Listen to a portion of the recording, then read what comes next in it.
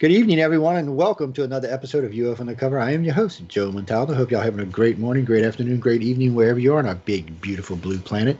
Guys, I can't tell you this. Every week, I love being here. I love getting into mischief. I love causing trouble. In general, it's just a lot of fun. And, I get into a lot of oomph and trouble all the time out here. So I have a lot of fun. Oh, before anybody starts, no, I'm not wearing a tie. So just before you even start on my ass about it tonight. It was one of them days that we ain't wearing no ties tonight. I will probably put my sunglasses on because my shiny head's shining at y'all. But other than that, probably not. But anyway, I don't want to be anywhere else but here on Wednesday nights. I really, really enjoy doing the show. I have a lot of fun doing this. We have a lot of great guests. We get to talk to a lot of fun people. And maybe fun's not the best word. It is fun in a lot of ways, but most of the topic matter I talk about in the show really needs to be taken seriously. And Erin and I are going to talk a little bit about a form that's out there for y'all to read. I should say a document that's out there for y'all to read later in this show. Tonight's guest is Erin Montgomery, and she's been on with me before a couple times, and we've talked and we've had a lot of fun. We're going to talk a little bit about our contacts, and then we're going to talk a little bit about maybe contact in general, and then we're going to talk a little bit about this document. So everybody just hang in there and stay tuned for the whole show. Remember, I know y'all are pissed, but we are on UFO Paranormal Radio on YouTube right now, and we're not on United Public Radio because YouTube had a hissy fit and threw us off for 14 days. Damn. I honestly thought if anybody was going to get the station in trouble with YouTube, it would be me. I can say some shit sometimes, and I'll go off on some rants. Nope, had nothing to do with me. The first one was a very mundane host talking about God, ET, and Bigfoot. And they hit him with hate speech. And then I sent this hate speech out to my attorney and two judge friends of mine, customers of mine. They listened to it and said, oh, there ain't no hate speech here. So we actually filed on YouTube a small claims suit on YouTube for the first one. That's probably why I got hit with the second one. So the second one, I don't know if y'all know who Richard Dolan is. Richard and Karen Dolan. Karen used to host on a network, and Richard's just a ufologist, fairly famous ufologist. He's not the kind of guy that's going to do hate speech. He might talk about some controversial stuff. And this particular audio, they were talking about 9/11. Karen was convincing him that this was not all it was cracked up to be, that there was more to 9/11 than what it was. That was the conversation. That was hate speech. Now, it wasn't hate speech. It might be conspiracy speech, mind you, but it wasn't hate speech. So what this little thing has taught me about YouTube is conspiracy speech, in parentheses, is hate speech. So that's going to be a big issue for this network because we do have 3 shows that do conspiracies. That's what they do. They bring them to you. They talk about which ones they think may or may not be real, which ones are bullshit, and so on and so forth. So I'm not sure how this is going to play out, guys. Keep your fingers crossed. And wait, this is even worse. So the audio they hit me on hate speech is on UFO Paranormal Radio. I put it up the day after they hit me with it. It's been up for 3 weeks now. Oh, so if it's on this network, it's okay. But if it's on the other network, which isn't my name because this one's in UFO Paranormal Radio, it's not okay. So to put this short, guys, I went and talked to an attorney about that as well. And they were like, oh, what do you mean it's up? I said, it's been up for 3 weeks. Well, I said, here, I'll bring you up to the website and show it to you. And they're like, oh, shit, it is. I'm like, yeah. I said, so's the other one. I said, the other one we got hit for is also there. He said, you're kidding me, right? I said, no. I said, both of the ones they hit us for hate speech are still on their servers. And I said, what's worse is it not just on mine. Richard Dolan has it on his site. Karen Dolan has it on her site, and so on and so forth. So this archive that I got hit for hate speech is actually in 5 other places on YouTube and has not been touched. So I wrote to YouTube about it. YouTube said, well, we can't really help the content. And I said, well, wait. I said, what you're telling me, YouTube, I said, I just want to get this clear that I got hit for hate speech. And even though I'm telling you this audio is on 5 other things, you're not going to do anything about it. And you're not going to appeal our hate speech thing. I said, is that what you're telling me? And they wrote me back and said, yes. So I sent that to the lawyer. The lawyer said, we got their asses now. I'm telling everyone, small claims is the way to go with YouTube. If YouTube pisses you off, you hit them with small claims, because the most you can get in small claims is $5,000, and they'll just about take anything. So you know this. YouTube cannot bring a lawyer with them in a small claim suit.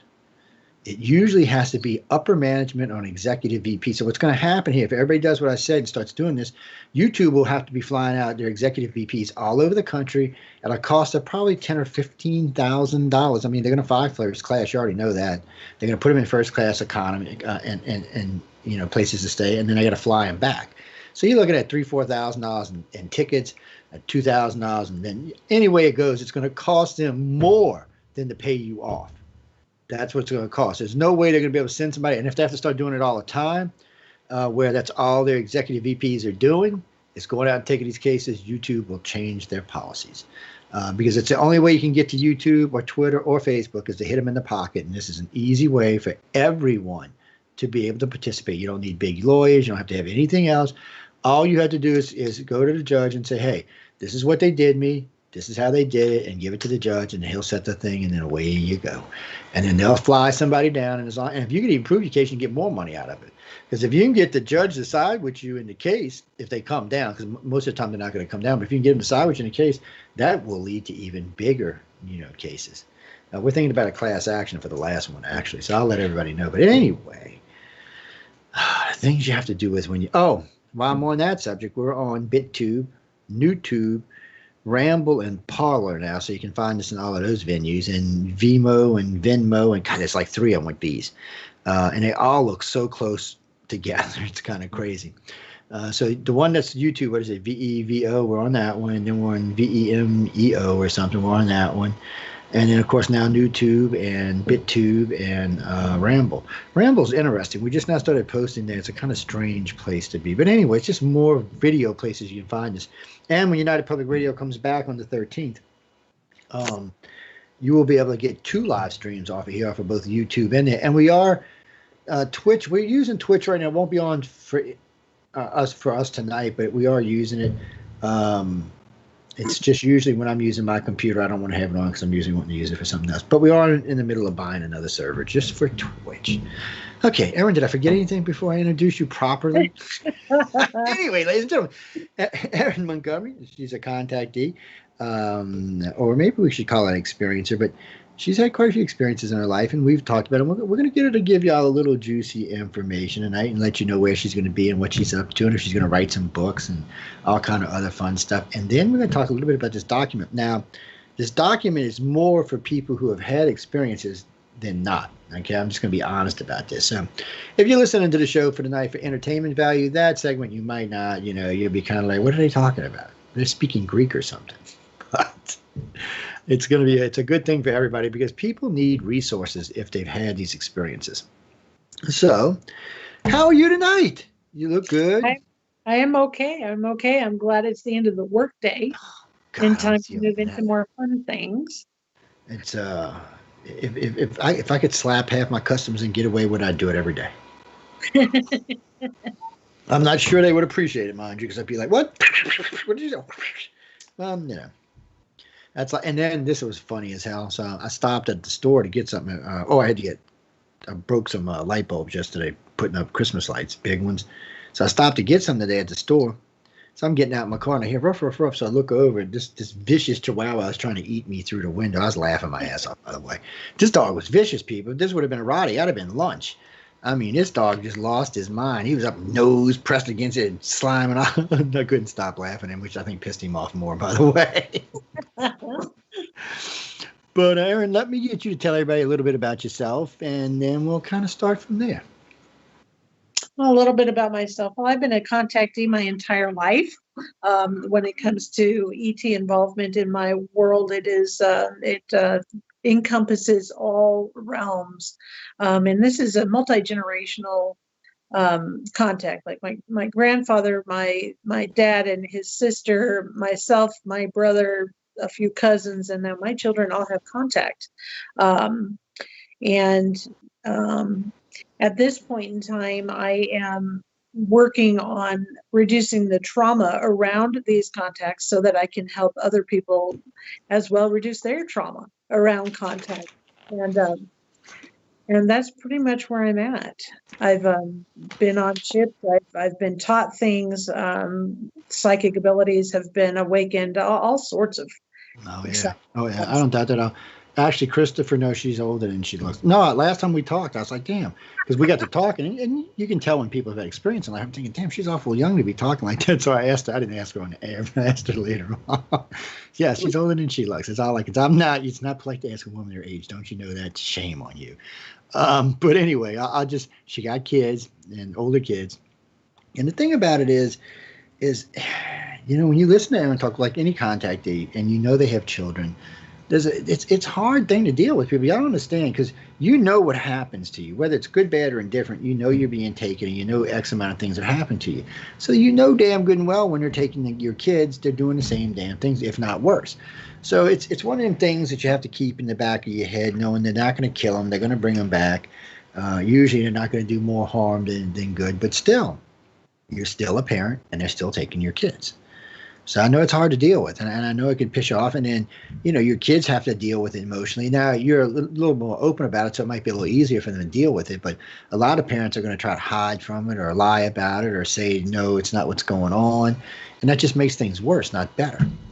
Yeah, absolutely. Yeah. At this point, my children either want to talk about it because they've had something happen and they need the comfort and support, or they just want to run away and pretend it doesn't exist. And I was there at that age as well. Yeah. In my early 20s, I wanted nothing to do with this. It freaked me out, and so I get it. I understand. I do too. I mean, actually, I think I probably tried to forget my whole 20s there, but at least half of them. Until my son was born, honestly, from like 26 back, I couldn't even tell you what the hell was going on.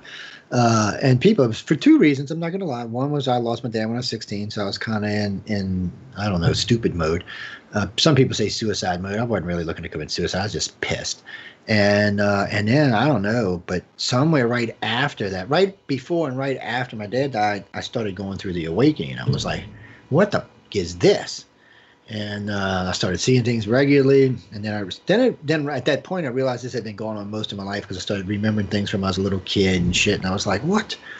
And then, of course, I said, okay, it's grief, and I've just lost my mind because my father just died. I'm not shitting you. I tried everything in my mind to get it out. Fortunately for me, is my family, we stay very busy. So I was in school, and we owned a restaurant, and my mom was losing her mind because my dad was dying.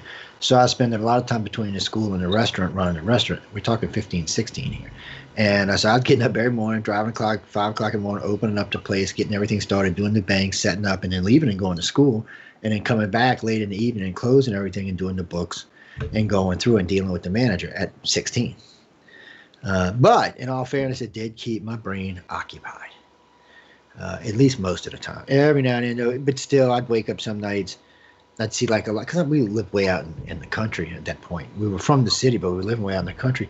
So, when you see a bright light in the yard in the middle of the country, you're kind of like, okay, did somebody just pull in a driveway, or is it something else?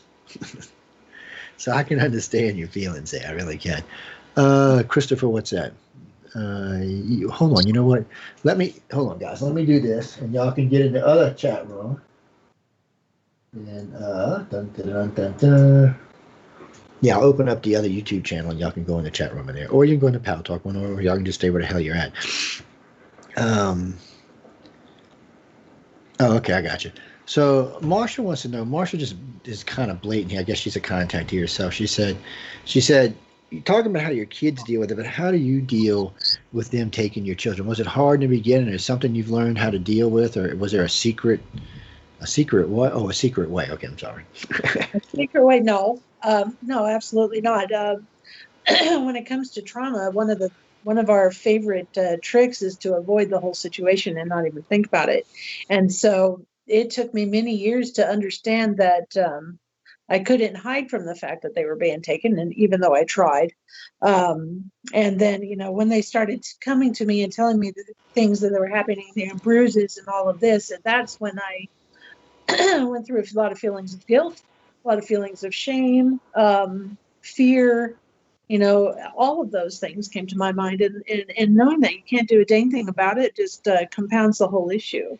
All I can do is give them the support and an ear, to help them through this, and maybe some pointers and things that I have learned through the years to help comfort them in the moment. I tell my grandkids now, you keep it up, I'm had aliens come by tonight.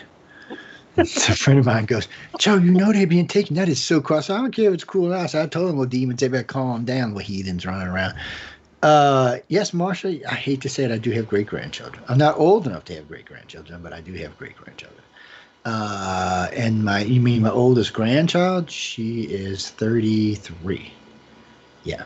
Step-grandchild, then. Yes. My wife's a little older than I am. A few years, about 13. Yeah, so it gets a little confusing sometimes. Yeah, it really does when you're my oldest stepdaughter is 5 years younger than me. Yeah, it's strange, trust me when I say this. People look at us like, that's your daughter? My favorite thing is my stepson now. My stepson is 8 years younger than me, right? But everybody thinks he's the older of the two.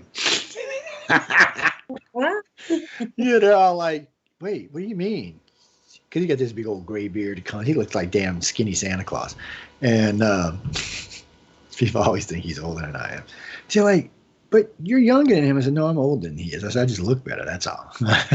he can't help it. He's a happy old bastard. I gotta give him credit for that. He's also, that's another one who's been taken who would rather not think about it if he don't have to. Every now and a blue moon, he'll say something about it, but for the most part, he just doesn't want to talk about it. Yeah, and because I know all my stepkids are being taken because I know their mother, and it's just a weird thing when you deal with people who have been taken, and some people want to deal with it, and some people, like you said, want to run the other way, hide, stick their head in the sand, and just act like it never happened. And I tell people all the time, if you're remembering this much, then ET thinks you can handle it. I said, because really and truly, 99% of all contactees, 97% of all contactees will never remember anything other than maybe a flashy light or a UFO. They won't remember anything. The only people, they let people remember because they think people can deal with it. You remember, they don't have to let us remember anything. That's not an accident that we remember things. It's because they want us to. Because, like in Erin's case, she's probably been on board the ship, maybe in her 20s or something, maybe in her teens, maybe in her 30s. You never know. ET was doing something. She probably looked at me and said, "Whoa, excuse me, wait a minute, wait, move your ass over there for a second. I want to look." Then ET realizes that, okay, it is trauma, but she's dealt with this trauma, and now she's bringing her personality out on board the ship. That's a difference, because most people won't bring their personality on board their ship. They bury it inside of them, and because they're just scared. They're just scared is what it is. And so that's they wipe their memory later on because they don't want to send anybody home shaking and trembling. And I can tell in Erin's case, a lot of times when they sent her home with memories, it not necessarily made her scared, probably pissed her off more than it made her scared. Yeah. I shouldn't be sorry. It's one of the things now. Reese, what do you got, Reese? Oh, okay, that kind of makes sense. Okay, Reese wants to know the earliest memory you can remember of being taken, but then he said he also wants to know the earliest memory where you didn't feel threatened. Use English, jibba jabba boy. I'm sorry. Go ahead. All right. So my earliest memory of contact and being on a ship is around 4 years old. Just a little snippet, like maybe 30 seconds total of a memory, and I'm just sitting on the floor with some other children manipulating blocks, like in the air, like I know that they taught me how to mess with gravity, so I'm sure that's what was going on there. The earliest memory I have of not feeling threatened,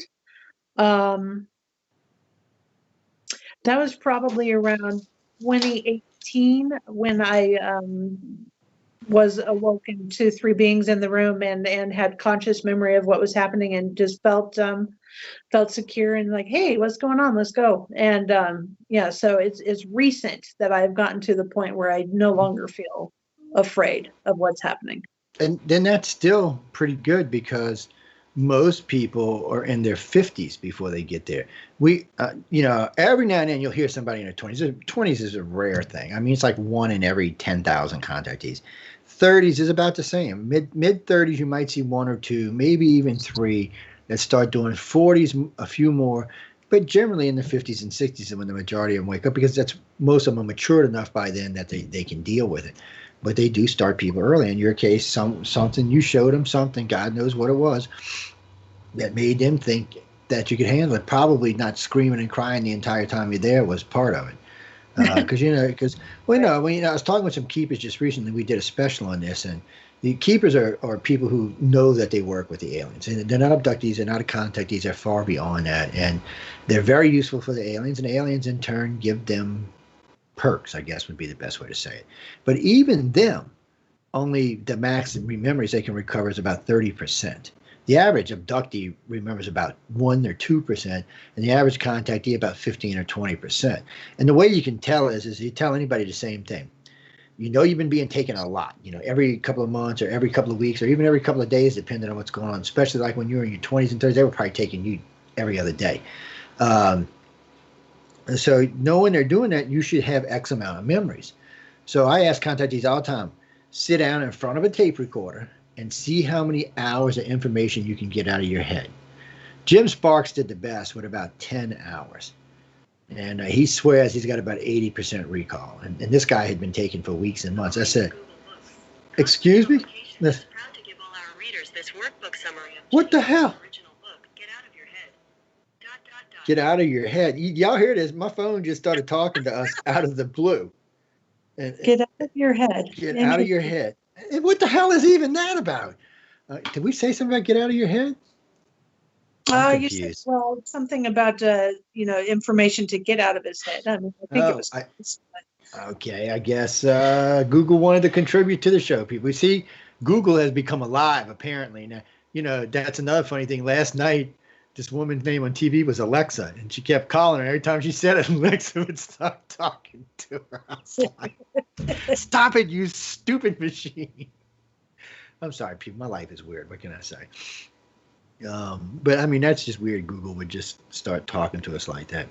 But I mean, really and truly, somewhere there was something, God knows what it was, but there was something that really, you did something. They were like, okay, well, this woman's worth teaching. And eventually they're going to probably want you to be a keeper. Even you might already be one, actually, and just not quite got to the point where you remember it all. But keepers really do stuff like, so you're on board the ship, this woman or this man's freaking out, their kids are freaking out. That's your job to chill them out.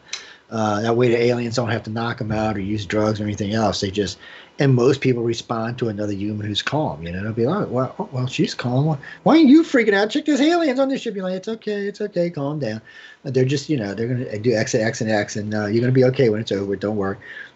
I do know that I am part of that then, because I am, I don't remember it usually, but I am told about it later by different friends. Oh my gosh, I was going through this and you were with me.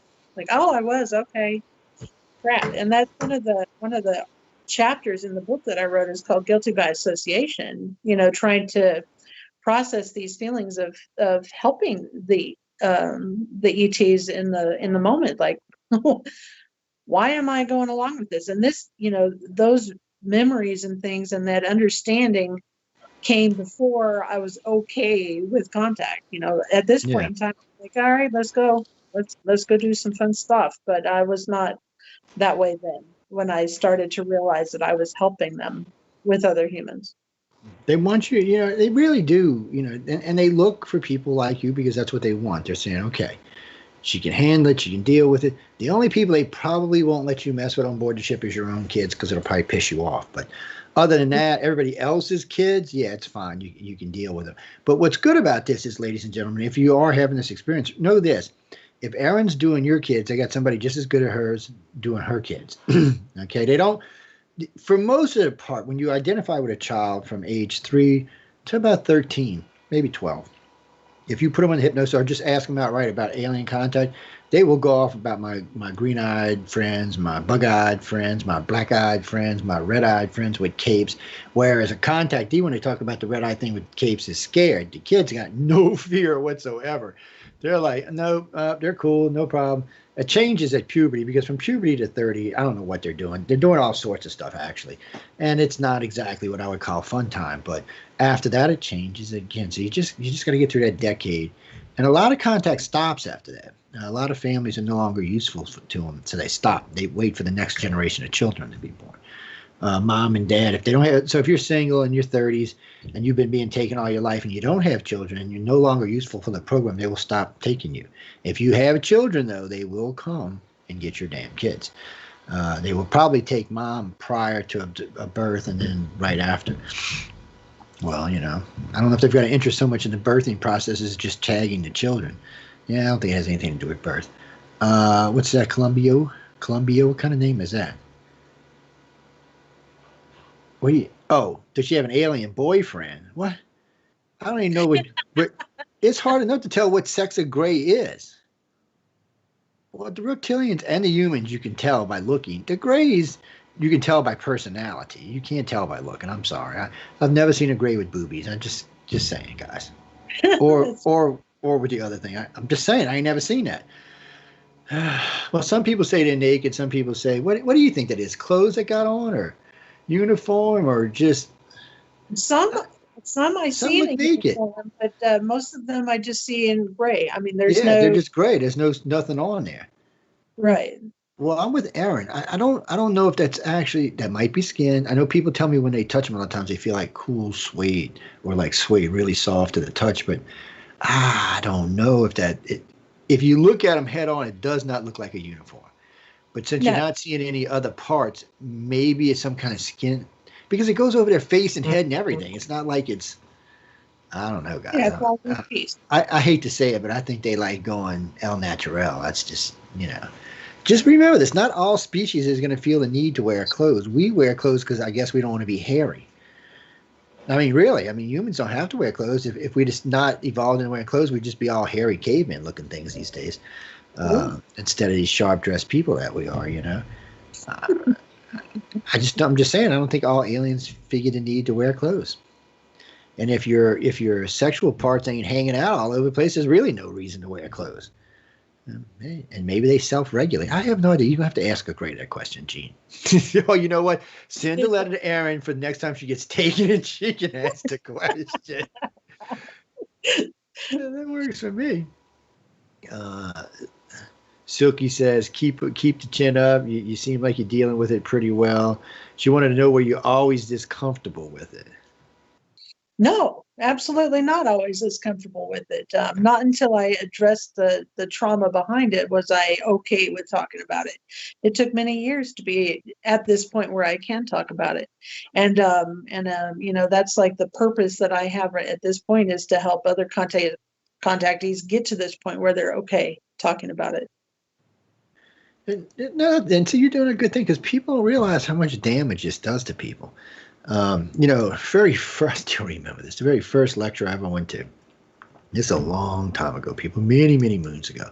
Walter Anders was there, and we'd been working with him on a case. My wife loved him to death. She gives a big hug, talking about how much he's helped her, and blah, blah, blah, and blah. So I'm sitting there doing my thing, and Walt and I talked for a few minutes, and then I went out. I was getting ready to do a lecture. And these 11 women cornered me in a hallway. And I was like, uh-oh, did I offend somebody? You never know what's going to happen next. And then all of a sudden, it was like a massive hug. I mean, it was just like I got squished into the wall. Thank God, they just can't. I was like, whoa, who the hell are y'all? Get your hands. I don't know who the hell you people are. And then she said, no, and when they started talking, I recognized their voices. I talked to all of them on more than one occasion. I said, oh, she said, Joe.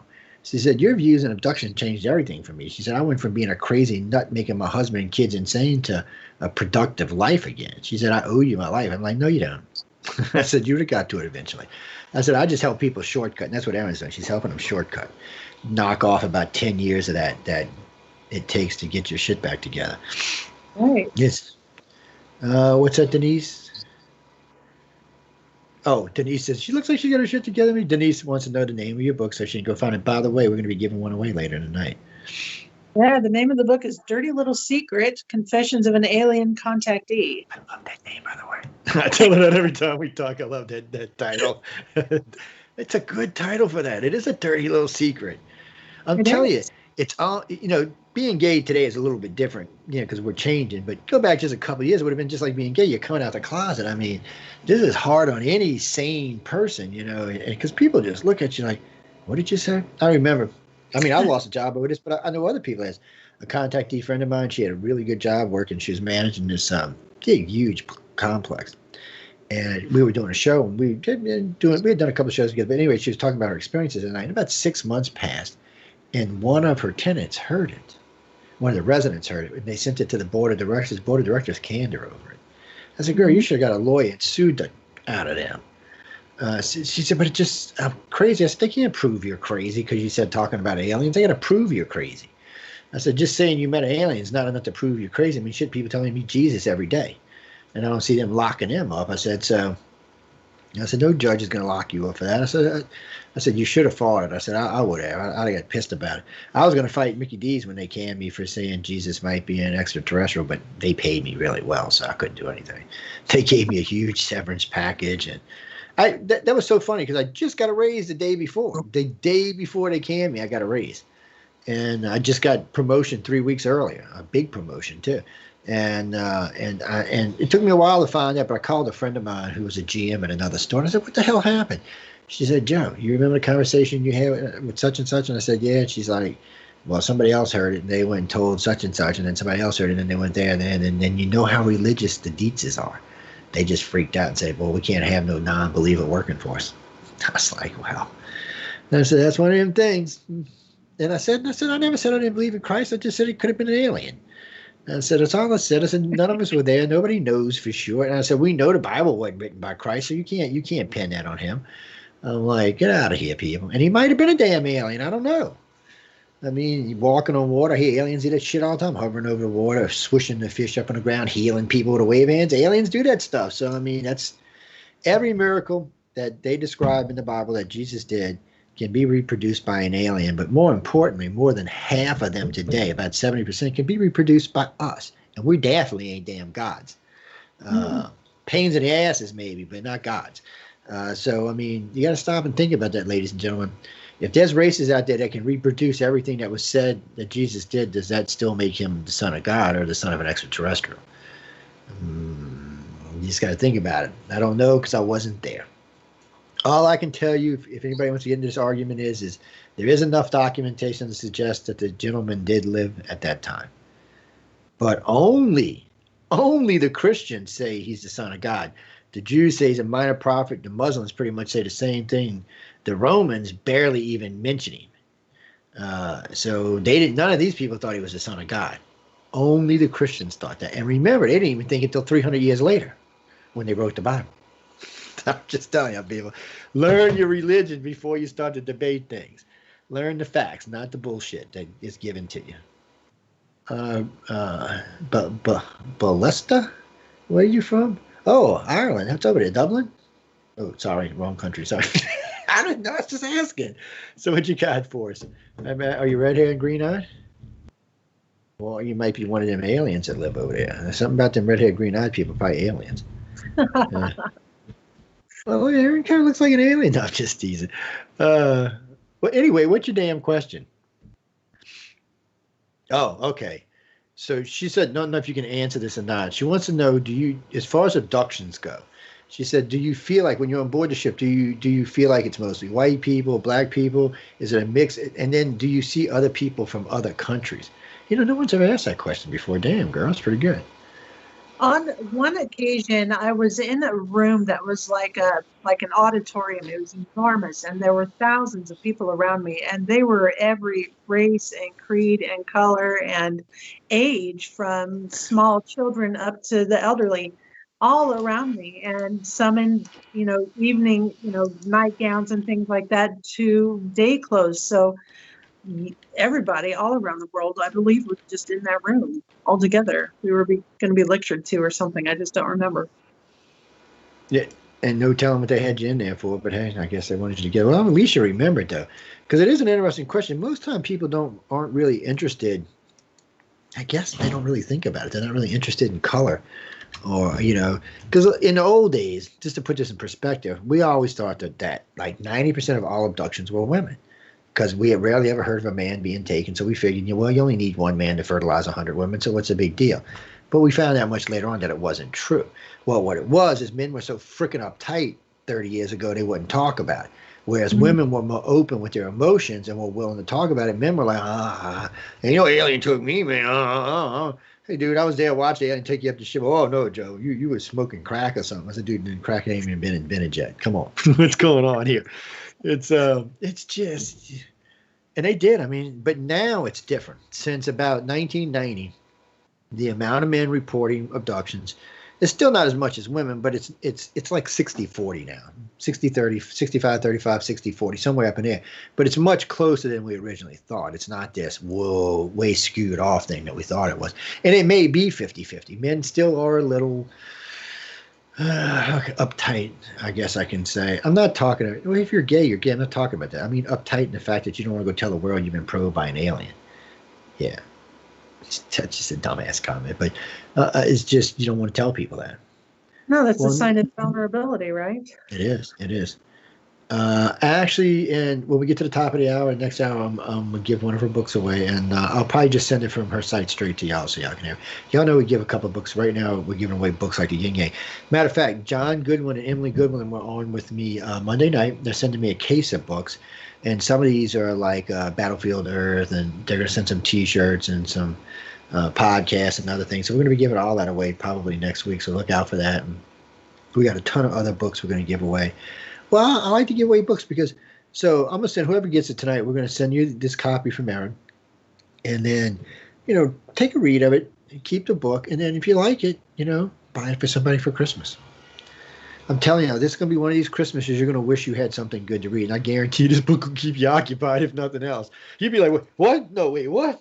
No, I got a copy of her book, but I'm not sending you that one. I'm keeping that one for myself. But I will send you that. Yeah, that's not a problem. And I'll tell you at the top of the hour, people, not right now. Yeah, don't you love that title, Dirty Secret? Ah, no, man, that's just makes me think I'm reading porn or something. I'm like, damn. I think it's a little odd at the end of the book when it comes. Yeah, I'm telling you, you just need to get it, read it, enjoy it, and then think about it, people. It's the holidays, okay? Everybody I know wants to be happy right now. Okay, I have not seen this amount of Christmas decorations put up on homes since, I don't know, like the 80s maybe. I mean, it's crazy how many people are decorating. As a matter of fact, first year I haven't gone crazy decorating, but everybody else is. When I see my little tree, see my Julie's back there chirping away with ho-ho on the side of him. Santa ho. But the guy told me, he said, I don't understand you Americans. Y'all celebrate somebody breaking in your house every year. I said, what the hell's wrong with you people? I said, we don't care if they're breaking, if they're bringing presents, man. If they're taking them, then we're upset. But if they're bringing them, that's all fine. You Americans are weird. I like what John said. Wherever he lives, they don't celebrate Christmas. I didn't realize there is 20 countries that don't celebrate it. And some of the other countries celebrate it differently, but it's still Christmas. And, of course, we got Hanukkah and Kwanzaa and some others going on right now. Oh, people, if you want to learn about that, Michelle DeRoche and I did a show last Saturday on that very subject. All the folklores and legends dealing with Xmas. Yeah, go check it out. Next week, we're going to be talking about Grumpus and his evil abductions. Just before we even get started. What is that? Sarah Lee? No, you're not. You can't use that name. That's two of my hosts. I made him one host and called him Sarah Lee. Yeah, Laura Lee Potvin and Seraphine Hurley. I made him into Sarah Lee. Yeah, you can't use that name. Anyway, what's your question? I'll stop messing with you. Okay, so she wanted to know, do you remember ever seeing your kids on there? Because she's asked a couple of times to see hers, and they were like, no. But one day she asked to see him, and she's seen her mother with her kids. And her mother swears she's never been abducted and does not remember this in any iota. So she was asking if you had an experience like that, I guess. I have never seen the two daughters that I gave birth to on this planet on a ship. God bless you, two daughters. Oh, my God. Jesus, I feel for you, baby. I have seen my father on ship. So there is that. We were separated and doing different things, but I saw him on the ship. I have seen the hybrid children that were created. I have had contact with them. Yeah. So it's totally different realms. It would make sense because you sound pretty well rounded about it these days, so I could see where they'd want you messing with them. Hybrids need affection just like everybody else does, and the Greys aren't. It's not that the Greys are emotionless; they're just not emotional beings like us. I guess would be a better way of saying it. They do have emotions. I mean, I've seen them crack a smile before or show pride in when one of their contactees does something really cool, or I've even seen them show anger, and that's one of the reasons when we do these experiments with contactees about programming them to ask questions, we always tell everybody up front there can be consequences. They do get pissed. If you get in their head for the wrong reason. See, first of the Greys are funny. You get in their head and you start messing around asking questions. They're all like, yeah, my contactee. But then when you ask the wrong question, you're like, you little bastard, zap. So, no, hurt might not be the right word. Scared of a Jesus out of you might be a better way of explaining it. I don't think, with the exception of the experiments they have to do, I don't think they're out to hurt us per se. I agree with that. I agree with that comment. And I know that I have also been brought on ship to help with hybrid children that are not my own, who have been rejected by the moms, and they're trying to get that affection for these children. So I have been a surrogate for these babies to give them the love and affection that they need to thrive. And that's that's a great thing, because they need that. If they're going to survive, they need that. What do you mean? Why don't we see this? Because you can't see them down here. Usually their look is too alien to run. Either two reasons why they don't let them develop on our planet with their real parents is one, they don't look the part, or two, their abilities are quite a bit more advanced than everybody else's. There's reasons, because they will let someone, like when we talk about Rachel Eyes and Helen Littrell's daughter, they let her come to Earth, and you could tell she was a hybrid when you looked at her. And she even ate different things, and she even had the Secret Service following around protecting her. But that was a failed experiment, because even when she was in school interacting with human children who were pretty much cool with her, according to her parents and her, it still wasn't right. They knew something was wrong.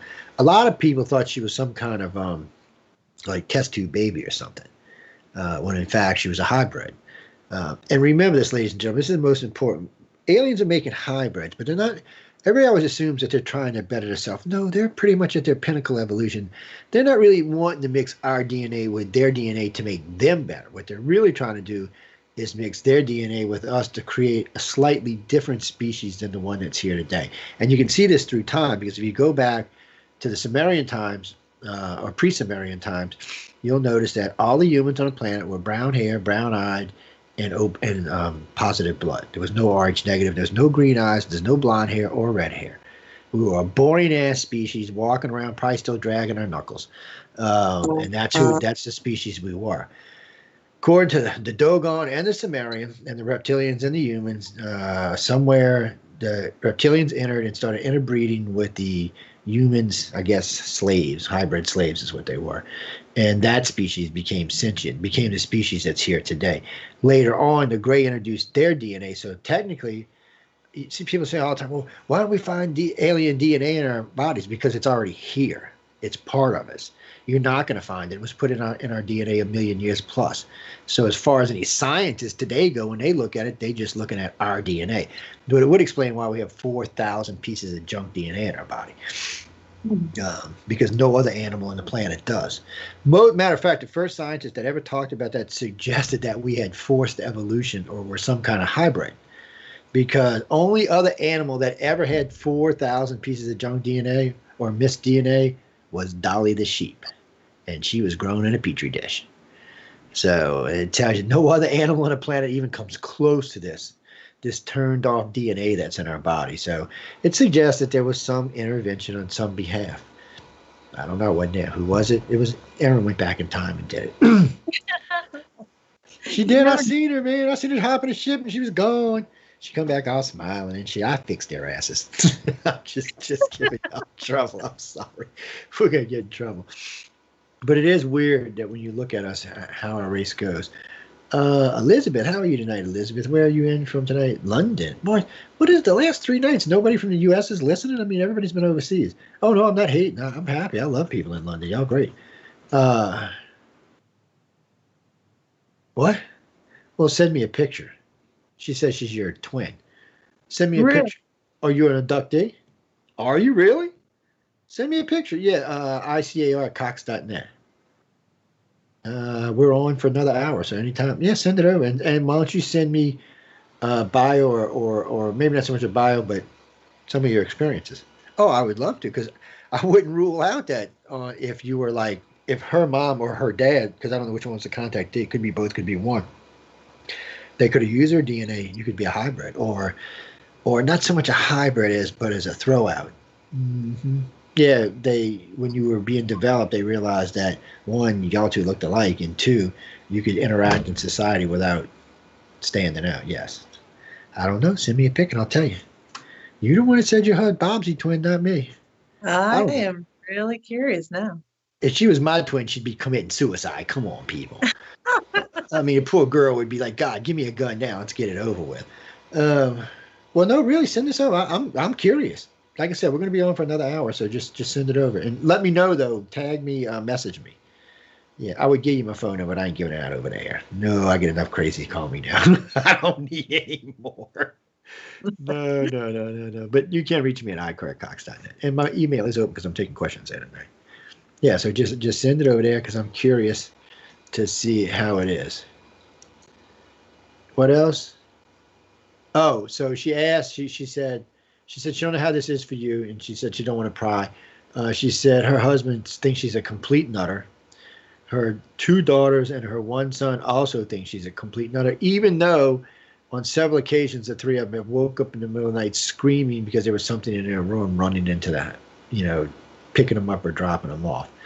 I don't know. What do you think? Strange. It is strange. I mean, that doesn't surprise me. I think a lot of us struggle with maintaining relationships and this feeling of being accepted by the people that are close to us. And in fact, that's my next project, is how ET contact influences and affects relationships on many different levels. So it is too. It does it on so many levels.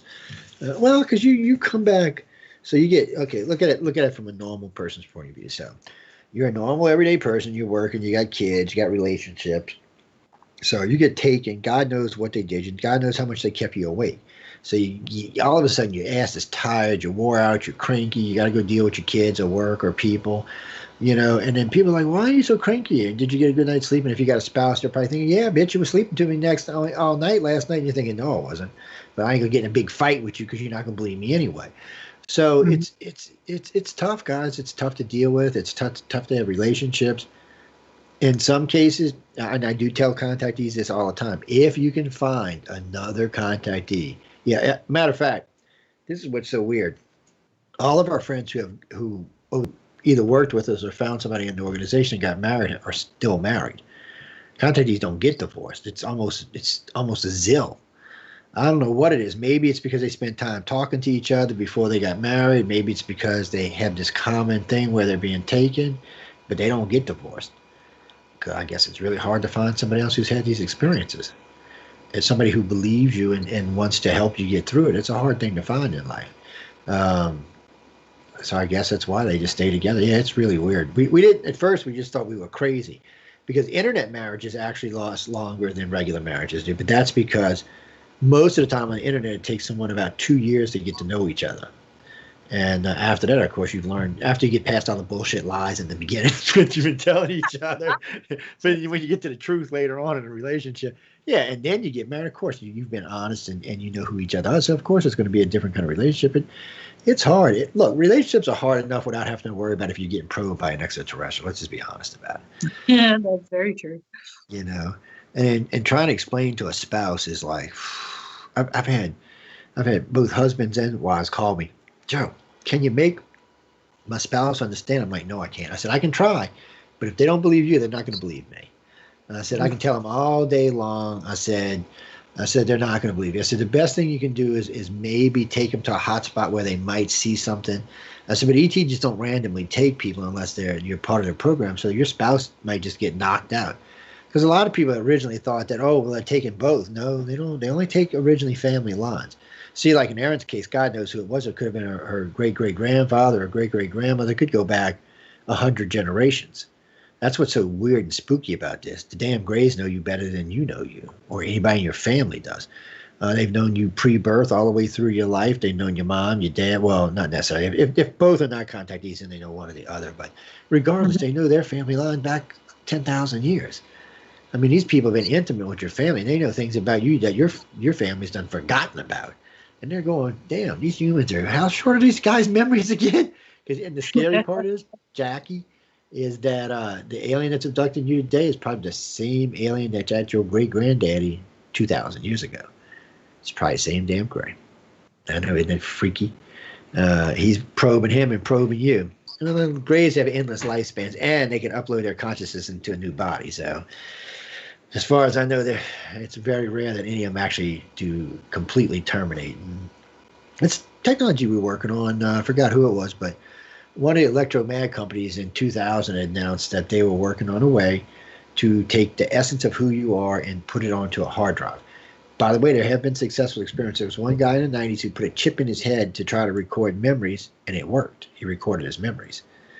He couldn't record anything else, but he recorded his memories. And there have been several experiments since then. They're figuring within a decade, maybe two, we should be able to upload our consciousness into a hard drive. And then if they can create a new body for you, they can just download your consciousness into the new body.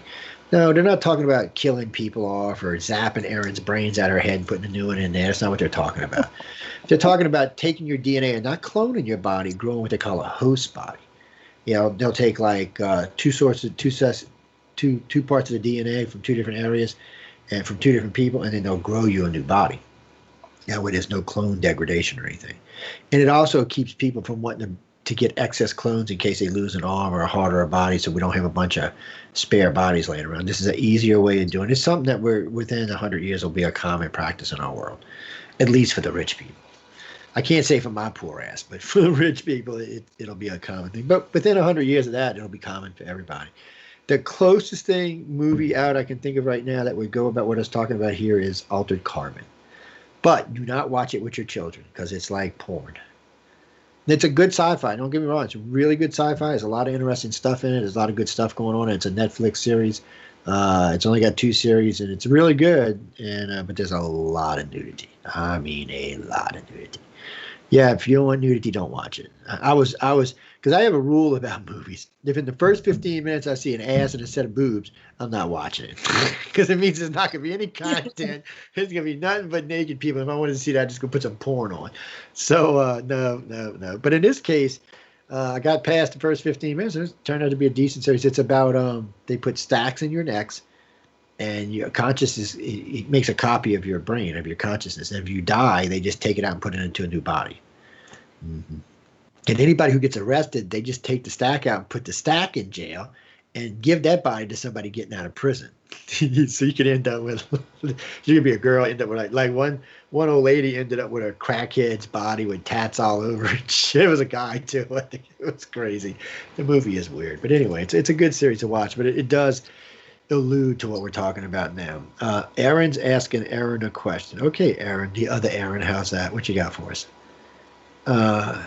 So she said, listen to you talk. I get the sense that you're comfortable with what it is now. Would you suggest for somebody to try to hide this from themselves or to try to do like you do to work through it and just to make it part of your life? What do you think would be the best for me? Quote or quotation, sorry. Well, I think each individual has to make that decision for themselves. I was not comfortable with the way my life was progressing. As Joe has already talked about, I was starting to call into work because I was exhausted all the time. Yeah. I was having issues, in my relationships. I was no longer sleeping. I had bizarre fears that were affecting me on many levels. And so the choice for me at that time was to either deal with it or I would have to, declare a disability or something. And how are you supposed to do that when it's alien contact that is causing it? So my choice was to come to terms, and I can't make that choice for anybody. However, the further I process it and the more I understand and the more support and friends and relationships I gain from other contactees, the more rich and beautiful my life becomes. Contactees are great people once they've dealt with this and accepted it. I agree with Erin. It's not something we can choose for you. This is a good point, good segue. When we do hypnosis, I tell people all the time, make sure this is what you want. I said, when I open up that can of worms, especially, puberty and the 20s and 30s, you can't put it back. And there's going to be some stuff in there that you're not going to like. There's going to be stuff in there. Don't get me wrong. People get confused about contact. It's not all bad. It's not all good. It's not all indifferent. Contact is just what it is. Sometimes they're just chit-chatting with you and showing you stuff. It's not good or bad. You're just kind of learning. Sometimes you're actually having some fun, and sometimes it scares the shit out of you. I ain't going to lie to you. Yeah. And those change. And as contact progresses, all of it changes. It starts out one way, gets to one point, and changes again. It even changes again. There's 2 or 3 times that contact changes because, as Erin and I were talking about earlier, you become useful to them. They would love to have every abductee and contactee to be totally useful because then whatever it is the hell they're doing might get done faster. I don't, Christopher, to answer your question real quick, I don't necessarily think they're here studying this as per se as we would study an animal.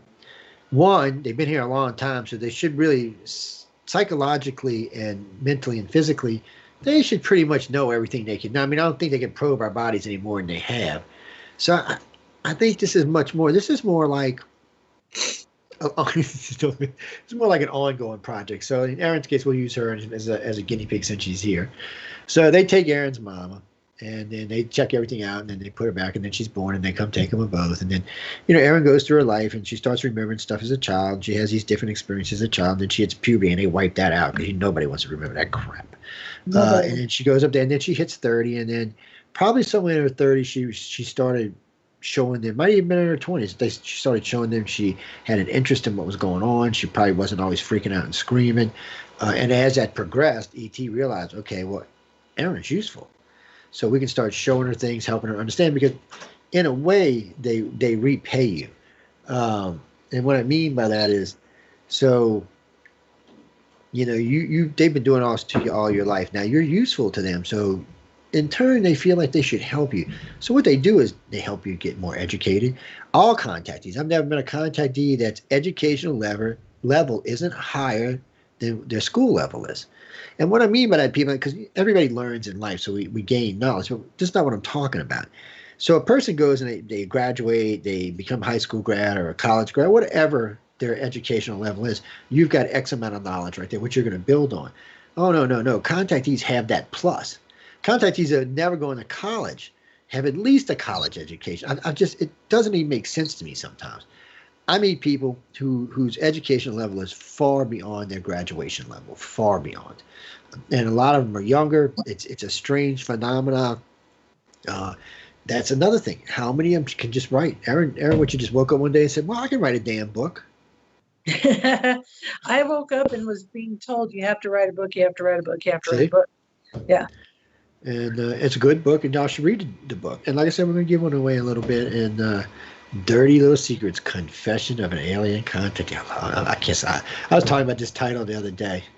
I don't know. We'll see. If y'all behave yourselves, somebody tonight will get one if y'all behave yourselves and stop being crazy.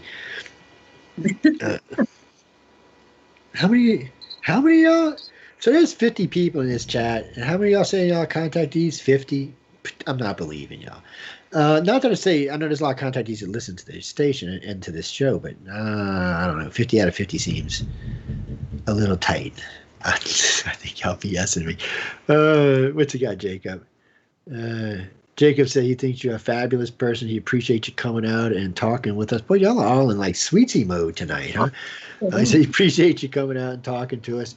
And he wanted to know what for a man, he said, because they don't know if you'd give the same piece of advice for male feedback. He said, with dealing with ET, so he said, I wake up on the ship. He said, is there any advice on how I should address him? What would make it easier for me maybe to identify with him so I'm not as scared? He said, because don't get me wrong. He said, I'm 6'2", 265. It's not like I'm a little bitty guy. He said, but I'm not going to lie. This, I can't use the language he did, scares it out of him. And right. And that's one of the things that they are really wanting us as contactees to work on is being on that ship and not being in that fight or flight mode. And so being able to calm yourself down in the moment and reduce your anxiety levels is going to be key to moving forward and understanding what's happening to us. Number one thing I would say is learning how to breathe. Learning how to breathe with the diaphragm and just take in as deep a breaths as you can so that you can, train yourself out of that fight or flight reaction. I think that would probably be the number one place to start with that. It's definitely a good place to start, guys. I'm not saying it's going to be easy either. I was giving her an answer. Sarah Lee says, y'all went to Sarah Lee. Y'all keep making me think y'all are somebody else. She's like, and I bet you it wasn't what you said it was dog easy. I know what you meant. I know what you meant. Yeah, God is, by case y'all know, ladies and gentlemen, God spelled backwards is dog. So your dog is probably your God. No, it's not. Mine thinks he is. Yeah. It is not easy to do these things, and to have the wherewithal on ship to be able to say, I need to calm my ass down. It's not. I don't know of many contactees that can actually do that in the moment. But it's essential. Tyson wants to know, have you ever just come home and just had a shit fit and start beating on walls and say, why in a bleep, bleep, bleep, are you bleep, bleep taking me? Y'all can ease up with the cursing tonight, guys, a little bit. I think, yeah, I'm pretty sure I have many, many times. That's actually throughout my book is the big question, why? You know, this book is the mental process. It's not necessarily the physical stuff I went through, but the processing mentally of coming to terms with this fact that this is out of my control, and I can either deal with it and accept it and move on, or flounder for the rest of the time. So. Ritter's pretty much asked the same question, but he's not actually. He said, has Erin ever come home and taken out her kids or a spouse, or does she have some way that she protects them from just the overall anger of knowing she's been taken? Good question. It's a little strange, but so good. You know, oftentimes I'm not even aware that it's happened, and so if I wake up in a bad mood, it's hard to not, lash out at people. But I also know that that's just not in my nature necessarily to be cranky and lash out. So there's that. Yeah. I know, Bruce, every now and then she does get a little garbled for some. Every one word or so you get a little garbled for some reason. And then the rest of it sounds great. It's really weird. Jesse, so this. Okay, look. So whoever's the 25th person that writes to my icarcox.email with the correct answer. And this is going to be a tough question for you rookies. What show did I used to host prior to this one? What UFO show did I used to host prior to this one? Yeah, only Gold is going to probably know this. Looking it up is cheating now. So just because of that, I'm going to change it to 50. Yes, that's going to be the 50th person. Yeah, if y'all can all cheat, it's going to be the 50th. So, yeah, it's just going to be some random luck. In a little while, I'll check my emails. The other day we said 50th person, and it took like 2 minutes. Yeah, it was crazy. No, when we're done, whoever wins, you're just going to send me your information, your mailing information to my iCard, and then I'm just going to go on Amazon and send it to you. Yeah. Yeah. Oh, no, it's already set up. So, I'm actually on the page right now while I've been talking to Erin. So, when we, I told you, we give a lot of books away for Christmas. We just do. It's especially this Christmas. I'm giving away as many as I can of everybody's books. I'm not kidding y'all, man, because, I know a lot of people are depressed right now, so I'm trying to get them something to get them undepressed. I'm lucky. I got friends. I got radio. I get to bug people like Erin. I got outs. Poor Erin, I imagine she's been doing so many interviews already. She probably wanted to just take a break for a while. This is tough, people, and it's not easy to come out and talk. You're putting your damn life on the line. It's no different than if she was just standing there naked in front of the world saying, "Hi, look at me." I mean, you're really putting your soul out to people when you do this. You're,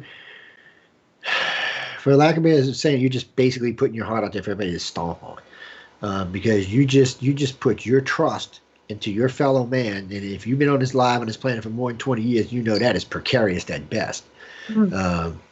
So, one, you should always be respectful for people who come out and talk about this and support. I'm not saying everybody. I mean, you can obviously tell Erin is not a fruitcake nut job, okay? I mean, it's not like it's going to take that 5 minutes of conversation not to figure that out. There are freaks out there, and there are liars. And unfortunately, we've been talking about this long enough now. Yeah, I seen a friend of mine, Jabba, made a comment earlier. He said, "You sure y'all have never met before or anything?" She said, "She sounds an awful lot like some of your lectures because she's a contactee." And contactees go through specific shit. It's just part of the thing. What's that? Oh, now because I mentioned your name, you got a question all of a sudden? Oh, he said, Aaron, tell Joe to send me the book. That's cheating, man. That's not work. She don't know you from beans. You might be an axe murderer or something. Oh, Lord. Real question. Yeah, okay. Um, oh, okay. That's a good question. So he asked, when you're on board ship, because we were talking about seeing different things, have you ever noticed like people who might be dressed in uniforms or police uniforms, and have you heard other languages being spoken on the ship? Because he said he's a contactee, or he said technically I'm an abductee because I haven't really dealt with it that much. He said, but from time to time I do remember glimpses of people on board the craft, and I just wanted to make sure I wasn't going crazy. Go ahead, Aaron. I have, I don't really have any recall of hearing anybody's voice. It's always just, telepathic information in my mind. As far as people in uniform, I have had experiences where there was military uniforms involved, but it appeared to be underground, not necessarily on a ship in the sky. And that's, it's funny you said that, because a lot of times that's where it seems to happen, is on the ground. I don't know if those are bases or joint facilities or something. It's kind of strange. Well, actually, Glinda, I like your name, Glinda. As far as I can tell, everybody's telepathic on board the ship. All humans are. Well, okay, first off, all contactees are empathic and telepathic. To the level, it's different for different ones. I don't believe that bullshit that everybody on the planet is empathic or telepathic. I've tested too many people to believe that. Out of the 700 or 800 tests we've done over the years, I think actually Jimmy said we were over 1,000. I don't know if that's true or not, but I know we've done about 700. Out of that 700, and what we do is we set up in a mall, at the end of the mall by the door, and people, because of the different stuff we have, posters and pictures of people want to come talk to us. So we ask people, would you like to see if you test yourself to see if you're telepathic? 2 cards. This is an easy test. Any good telepath will do this instantly, and we'll do it a lot. We'll put a red and green card down. They don't have to be red and green. I just said red and green card down.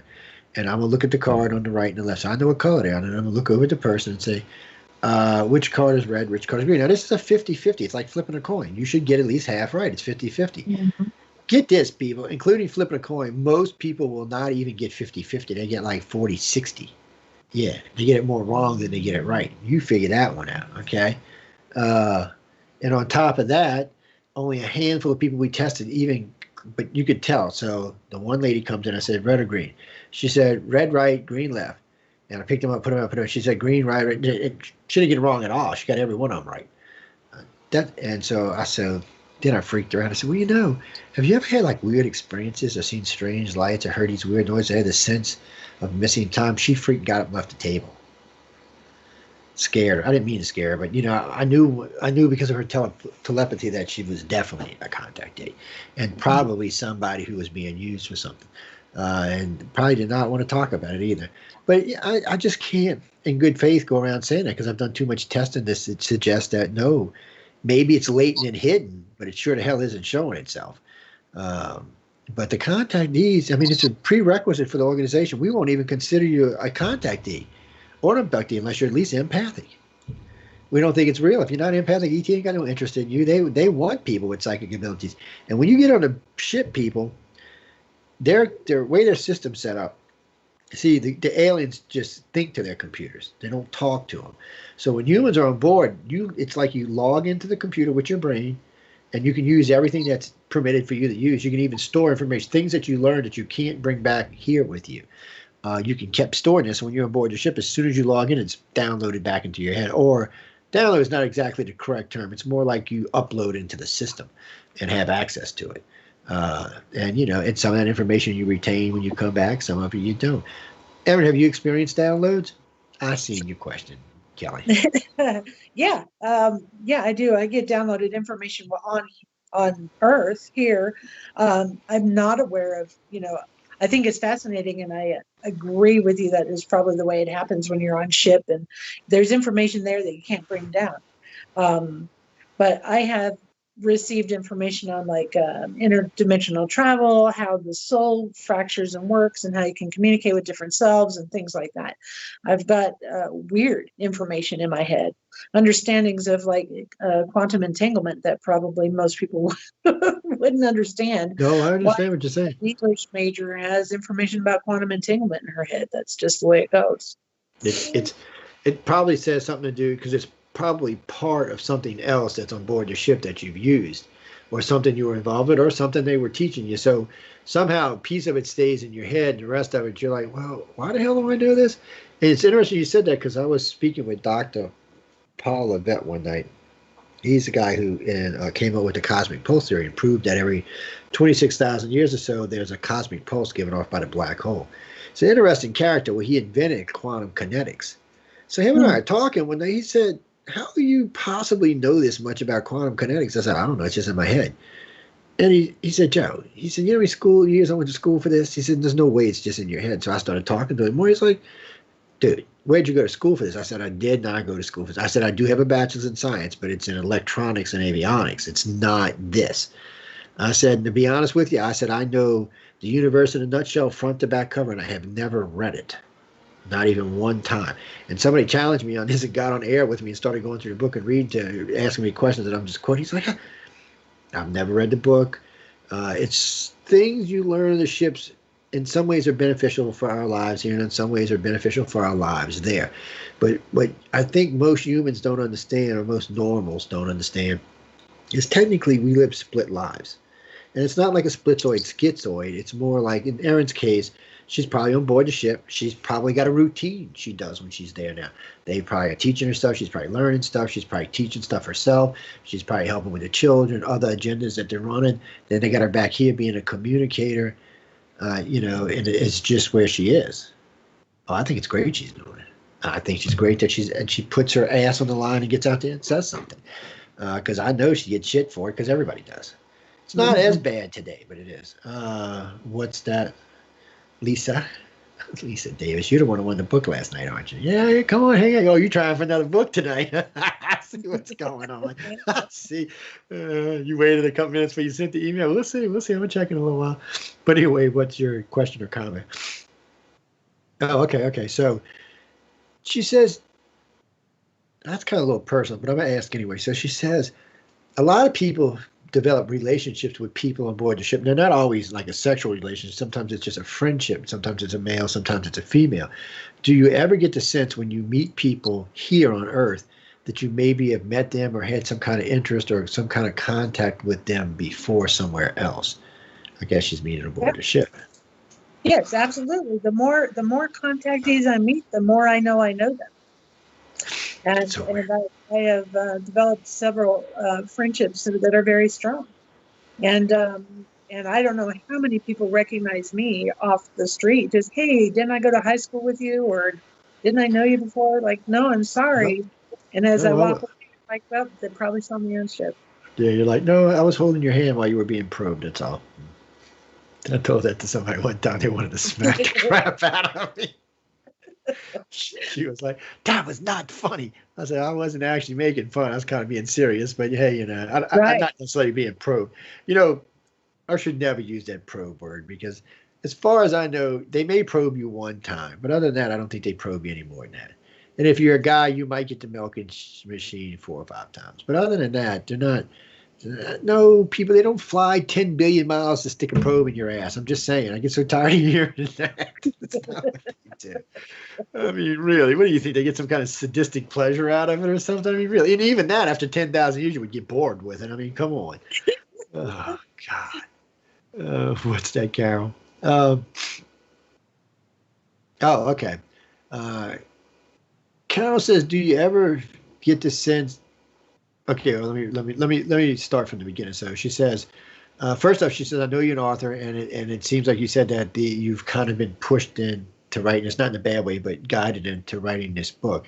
She said, do you ever feel like maybe when you're on board the ship, you might do this as well? Meaning, I guess what do you mean, like take notes, write? So you mean maybe she's being an author there as well as here? Oh, I don't know. What do you think, Erin? I have no idea. Oh, I don't know. I've never thought about that being a chronological, whatever, taking notes, writing.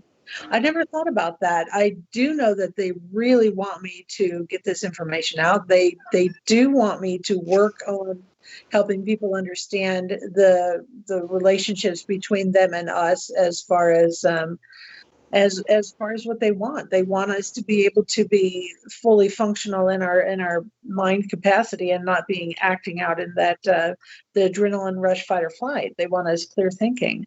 And I also know that that's one of my jobs, is to help with that communication between them and us. That makes total sense to me. Well, I know they want you helping them on there and helping anybody you can down here.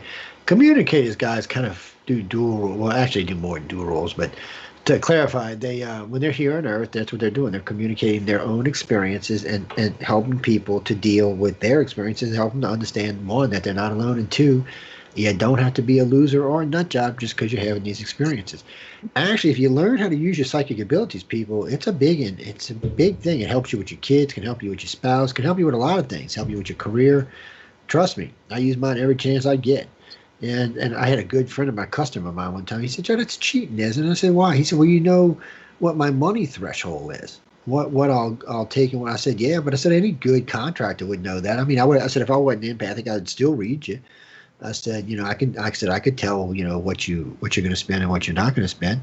I said, I know what your threshold is for money without being an empath, you ass. I said, you a tight ass. I said, so there ain't no doubt about that. But still, I mean, I understood his point of view, and I guess in a way it is cheating, because sometimes, like, I was dealing with 2 new customers today, and I used it to make sure I landed both these jobs. And by knowing what they're feeling when I'm talking to them gives me a big advantage, people. Because if I feel them kind of like the lady today, she's kind of, I don't like that. I could tell she didn't like that tile and attitude. So I just switched over and said, you know what, we can do this. I said, here, let me pop this line up for you to take a look at.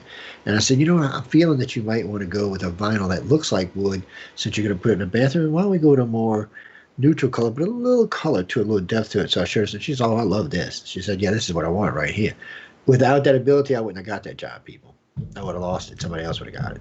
Because it wasn't about the money. She wasn't so much concerned about the money as she was concerned about the service and being able to satisfy her and what she was looking for. Funny. Marie, funny. We're not, yeah. No. Yes, well, satisfying a woman's a good thing, but that's not what we're talking about. We're talking about in her head, not anywhere else. Oh, I'm not even going there. Stop. Harold, what you got? Well, Harold, man, I ain't heard the name Harold since I was like 8. What are you, oldie goldie guy?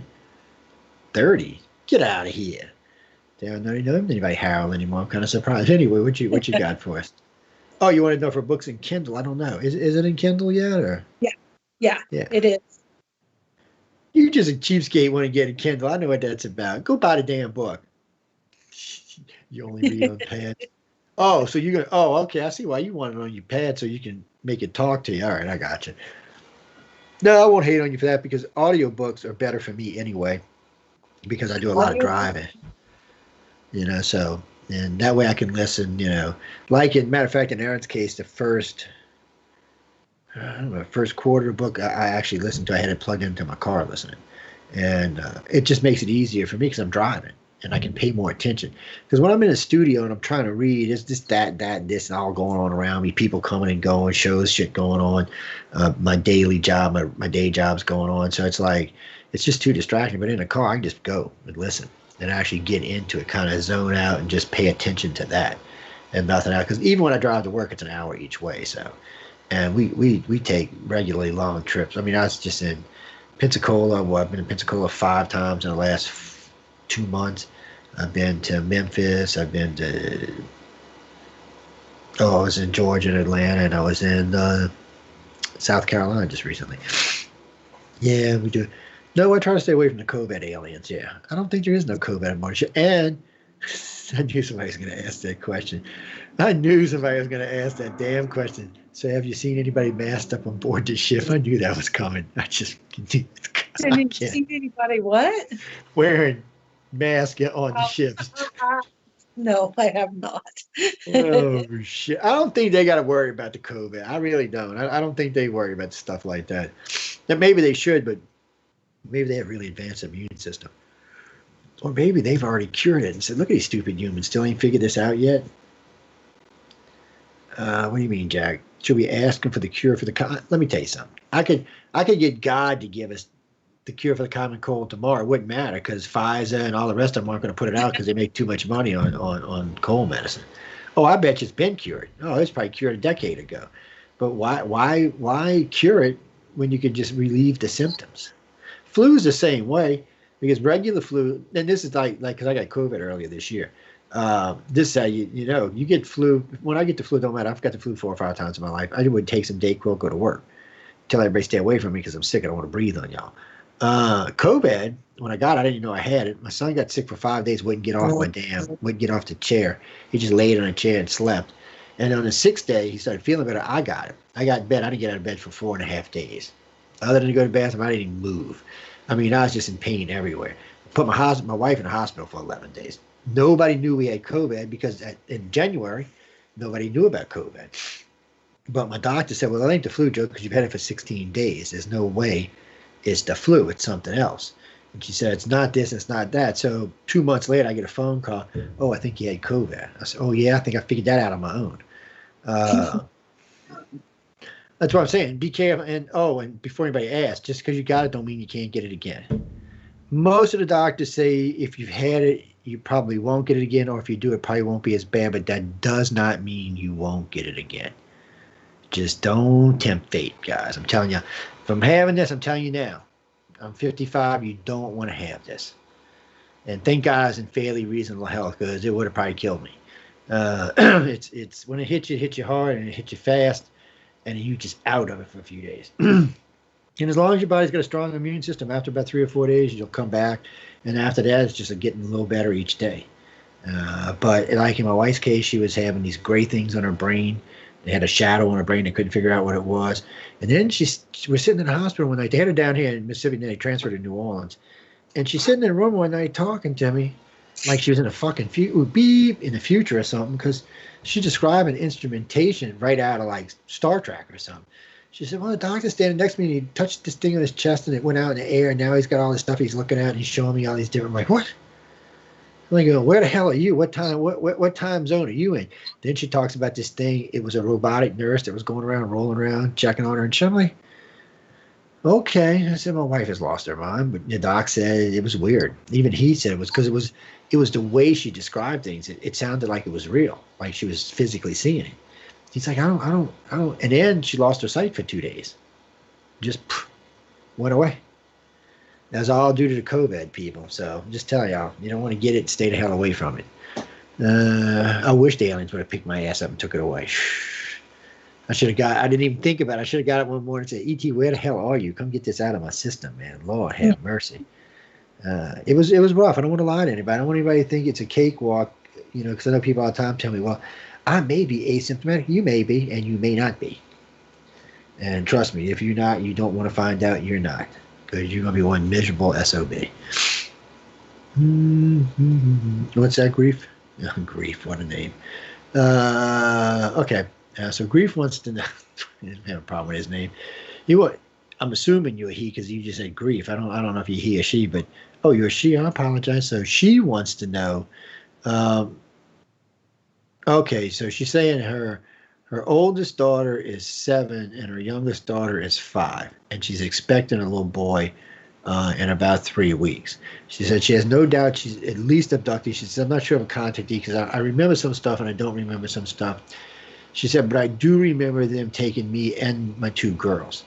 She said, once we were on board the ship, they separated us. And she said, I had anxiety for months after that. She said, any advice on how to deal with that anxiety? She said, I'm just having a hard time because these are young kids. And I just think, I don't know what they're doing to them, I guess. Well, listen to us. We're telling you tonight. Go ahead, Erin. Yeah, that's, that's going to be a common anxiety, being separated from your children and not being able to have access to them. And who's to say it's not going to happen again? And, what are you going to do to help yourself through that? That's a good question. I would say, honestly, hypnosis is probably a really good tool to help calm that down. And finding somebody that will help you with that. Of course, you can go to a regular therapist. That's what I do for a living. But how many people are willing to talk to their therapist about ET contact? Not very many. That's a good point. Yeah. So finding somebody that will work with the contactees that understand PTSD and hypnosis is probably a really good direction to go. It is. It is. Our people, we don't really recommend anybody. We got a few people in the organization that do it, but for the most part, the reason we quit recommending people is because we want you to feel comfortable with whoever it is. You got to, if you're going to let somebody hypnotize you, build a little trust with them first, because you'll feel better about it. Usually we require the person to bring somebody with them, and we usually bring somebody with us. There's always going to be video, audio, and voice stress running, always, for a lot of reasons. One, there's a lot of material here we want to keep track of, but two, we want you, especially because a lot of these people who we regress are female and I'm male. So I want to protect them and me. So there's always going to be a camera, there's always going to be audio running. And that's why we also want you to bring somebody with you implicitly trust, because that way, because, I've heard a lot of nightmare stories about hypnosis over the years. And our organization has never been accused of any of that, and I don't want it to start now. So we're very strict on the way we do hypnosis. And because of that, you're going to get a much cleaner, you're going to get, everything's going to be much cleaner up on the front. And we're going to do it in stages. Very first time I put you under, like in Erin, I would put her under, her and I would choose a date first. We would talk about a particular contact and we would choose a date. And all I'm going to do is, Erin, on this date around this time, I want you just to tell me what you experienced. And I'm not going to say another word. I'm just going to let her go through the whole thing. And then I'm going to ask her, when she's finished, I'm going to say, can we start here and kind of work backwards? And then I'm going to let her pretty much go through the whole thing. But we're going to stop that part right there. We're just going to stop. I'm going to bring her out of it, and we're going to stop. And then her and I and whoever's with us is going to formulate a line of questioning based on that regression session. Now, I'm not going to use words like alien, extraterrestrial, spaceships, or any of that. That has to come from her mouth, not from mine. Okay, so I will ask her a question like, Erin, you had said you had seen someone or something walking along here. Can you explain or tell me what it looks like or what it is? And then I'm going to shut up again and just let her go until she stops talking. And then that way we'll get to all the experiences that happen. We'll hit on the key points so she can see them, because it's more important for her to see this than for me. She needs to see it clearly so she understands exactly what's going on to her, and the fact that she's not being killed, maimed, raped, or destroyed is important for people to know. Because you don't really know, because you're not really remember anything, so you've got these fears in the back of your head. So we're going to alleviate a lot of those fears, and then we're going to help you deal directly with it. And one of the cases, we're going to go, I'm going to open you up full emotion, meaning in Erin's case, I would ask her to tell about a particular experience that was kind of harsh, but I'm not going to turn the emotions off unless we have to. So I'll regress her. I'll bring her down a ladder to about level 3 or 4, and I'll stop her. And then we'll have it's a spinning wheel. It just spins, and it's a picture wheel, basically. And you're going to see frames of your life going around. All you have to do is touch it, and it expands and it opens up. And from that point, we have two options. I can let you experience it full recall with all the memories involved, or I can turn off all emotion and let you view it as like you were watching a movie. So then you can kind of pick through it and say, well, oh shit, because you're watching this happen to yourself, but the emotions are off, so it's not holding you, making you hold yourself tight and want to fidget and be angry. You're just seeing it like you were watching any television series anywhere. So the reason we do the emotion the first time, guys, is because the person needs to know what emotional states they were in. So that way, when we go back with the second time, they can see those emotional states for themselves, and it helps them address that state. They can see, okay, well, this is why I was scared of this particular thing. And once you see it like that, most of the time you'll lose it. Not all the time, but most of the time. Some people, unfortunately, are just never going to get past the fact that it's an alien. But most of the humans I've worked with eventually calm down and start using these abilities for their own. A lot of them become communicators. They get out there and start talking about their experiences because they've learned how to incorporate this into their life, which is important. Erin's done a great job of it. The fact that you're a therapist and you talk about this is amazing in the first place, by the way. I only know 2 other therapists that will talk about their experiences. That's it. And I do know other ones that have had them that will not talk about them. I have a good friend of mine, and she tells me one day, oh, no, I got to get off your radio network because I'm going to lose my job. I said, because you're a therapist. She said, Joe, these people are crazy. I said, you're the therapist? I said, you're having the same experience. How can you say they're crazy? She said, well, I just can't do this. My boss hears this. I'm fired. And she's right. If her boss would have heard it, she would have been fired. My boss tells me that I'm not the craziest person on staff. And that's the funny part, isn't it? or the scary part. And it's funny you said that, because I got two in one of our office buildings we work in. There's a couple of psychiatrists working, and I'm good friends with all of them. So they're asking me one day. I guess they must have got together and watched me on Ancient Aliens or something. She's like, "You really believe all that stuff, don't you?" I said, "I don't believe anything." I said, "I've either seen and experienced, or it's been proven to me." I said, "This isn't God we're talking about. This isn't about belief. This is about facts." And I said, "But I'm crazy." I said, "Why don't y'all certify me crazy, and I can go get on Social Security and welfare and kick back for the next 2 decades?" And I still remember she looks at me. She said, "Joe, you're one of the sanest people I know. The fact that you'll even talk about this openly in public to just suggest how sane you really are." I'm like, "What?" I said, "Wait a minute. This is backfiring. This is not going the way I wanted."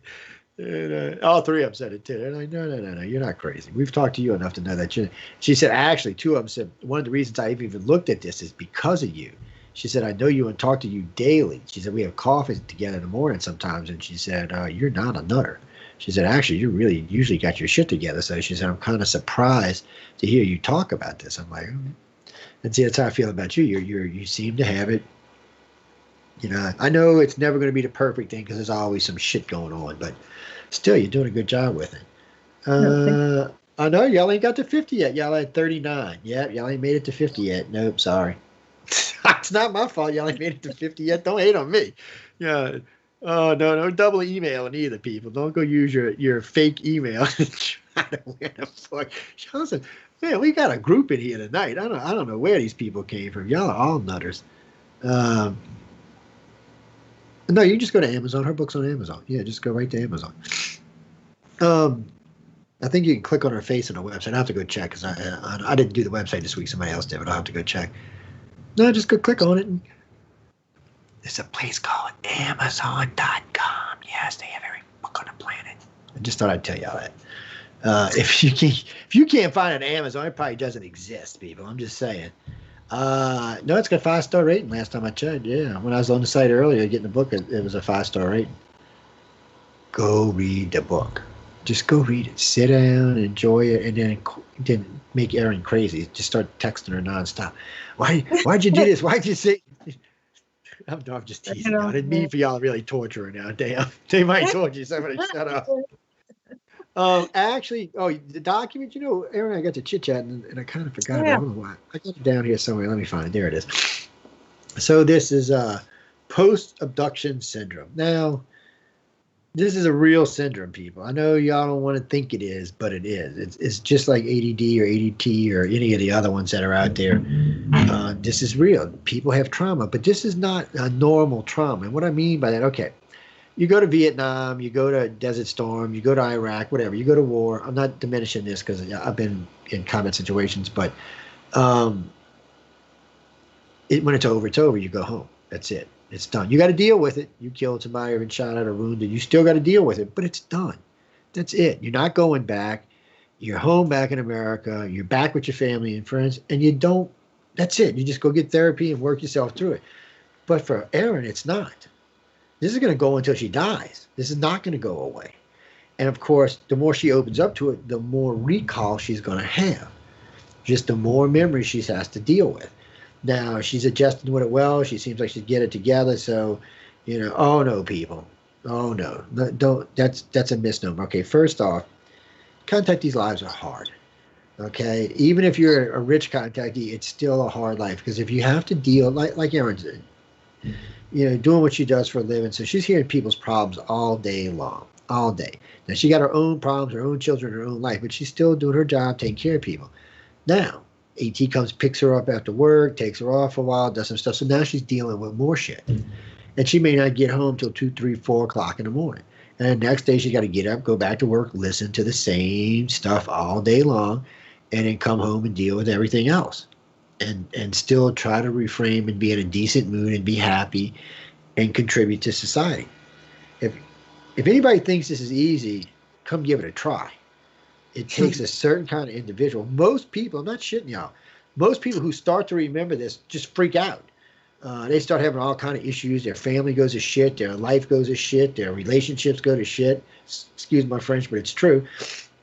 And their life all of a sudden is just this basket case of, oh my God, what the hell is going on in my life? You either have to lock it away in a deep, deep, deep, deep dark closet and never think about it again, or you have to deal with it. I suggest that you deal with it because keeping things locked up is never a good thing to do. It's going to manifest in some shape, form, or fashion. It will make you sick if you do that. They'll probably knock 10 years off y'all's lives. Stimuli? Stimuli? Were you waiting for a stimulus package? Stimuli. I'm sure I'm pronouncing it wrong. Where are you from? The Ukraine. The Ukraine. Jesus, what is it, like 3 o'clock in the morning over there? 1 o'clock in the morning over there? Yeah, just what I'm saying. Is there any Americans listening tonight? Americans, you say they lazy, they don't want to type. You better watch out. You might start a war, man. Anyway, what's your question? He says, Erin, I agree with almost everything you said tonight. He said, I am an abductee. It took me a long time to realize it. He said, the very first time I ever heard about abductions, I thought it was just crazy American or crazy Australians. He said, us people from the former old Soviet Union and from the Russia and Ukraine don't get abducted. And he said, and then I started looking online and found out that I was an idiot, that, yes, this happens in every country on the planet. He said, I just wanted to commend you for getting out there and doing with it. And he said, people like you are an inspiration to me. And thank you, because this will help me deal with it even more, knowing that there are other people out there with, he said, other single people out there with children dealing with this. Well, you made an assumption if she's single. Did she say she was single? She might be dating like 5 people as far as you know. Sorry, that sounded bad. But, he's making up stories about me now. Yes, that came out a little bad there, guys. Sorry. That's not the way I wanted that to come out, but anyway, it's one of the things. But when you get into these kind of stuff, I mean, these are real phenomena. So, it's a syndrome. I mean, because you have to deal with it. You've been abducted. You have PTSD. And, okay, so you go tell your psychologist, I'm having anxiety. You're not telling them why, but you're having anxiety and everything. And they're like, okay, first thing they're going to probably want to do is either put you on drugs or hypnotize you. And which, depending on who you got for a shrink. And they're not going to realize that this is an ongoing thing unless you tell them. And not all psychiatrists or psychologists are even... some of them are going to be like, okay, let me see what we can do. And some people are going to be like, you need serious help. There ain't no damn aliens taking you. So be careful here.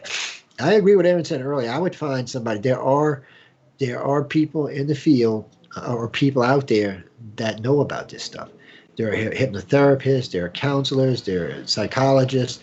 There are counselors and psychologists, 2 different things. But it doesn't matter. They're all out there that have had these experiences. You just take your time and look for them. Get somebody that's going to work with you and not preach to you.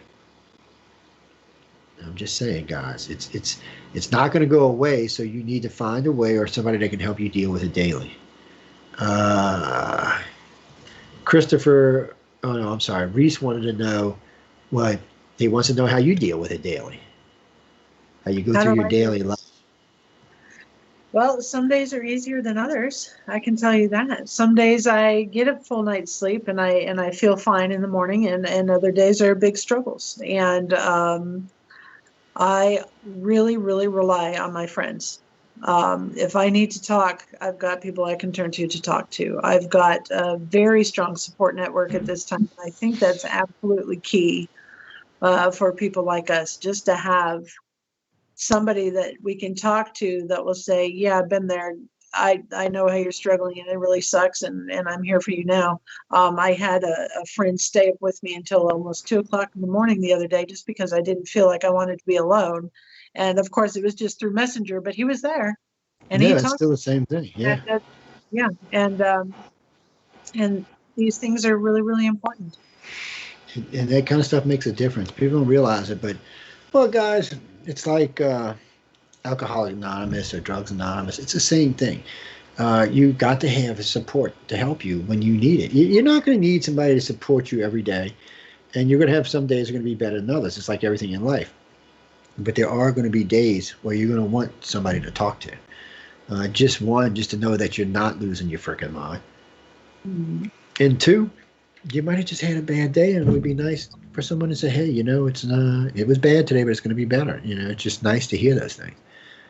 and we live in a really negative world right now, ladies and gentlemen. I mean, we're normally, as a planet or a nation, we're just not usually this negative. But right now, it's hard to even get an online conversation on any radio show going that don't come back to GoBad and its nastiness. Johnny Good said, next time they take you, tell them cure this damn disease so we can go back to our normal life. Maybe that's one of the tests. Maybe they want to see if we can cure it. And like we said at the beginning of the show, most of these farm companies are not into curing things. No, they would rather make it to where you can live with it. Why do you think cancer is taking so long to cure? It's a big profitable thing. I mean, one shot of chemo is usually 100 G's. It's a big profitable thing. So why cure if you could just, make some money off of it? And things are changing. I mean, there are, 30 cancers that are cured now. There is a shot now that kids can get at age 11 or 12 that keeps about 30 forms of cancer away from both men and women. Mm-hmm. And as we're going, things are going to get better, yeah. Not in our lifetime now. Oh, Daniel wanted to know. You're not Daniel. He said, Daniel said, Elon Musk is building a spaceship to go to Mars. You're going to go to Mars to get away from these crazy humans. And then he said, do you think they'll abduct you on Mars? I'm pretty sure they can find me wherever I'm at. I think if you're on Mars, you'd still get abducted. I don't think they're limited to interstellar flight. I don't think that's an issue for them. I don't think a lot of things are an issue for them. That's an issue for us. I have no idea what that is. Phobobic? What kind of freaking name is that? I'm sure I'm saying it wrong. And where are you from? Oh, you're from Pakistan. I'm sure I'm saying it wrong now. Wait, what? Okay. So whatever his name is, Phobobic, I'm sure I'm screwing his name up, but whatever his name is, he says that the aliens have been mentioned in the Bible and other ancient writings for a very, very, very long time. He said, are you not scared that this might be some kind of attachment to God and you could find yourself in hell for dealing with it the wrong way? What? What do you think? I'm lost. Hell would be an issue, but at this point, I don't worry about those things at all whatsoever. Yeah, I think this is just another race that God created. If y'all want to talk about God, it's the creator, whatever it is. And I think it created all the damn life, or the universe created. Regardless, think of it this way: we're related to the aliens, even if we're not even going to talk about them bringing their DNA to us. Everything in this universe came from star stuff, the same matter. Everything in this cosmos comes from the same matter.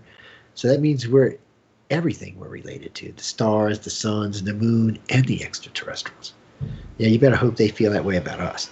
That's all I got to say about that. Okay. Sleepy in Seattle. I've seen that name a million times from a million different people. Well, Sleepy in Seattle, what you got for us?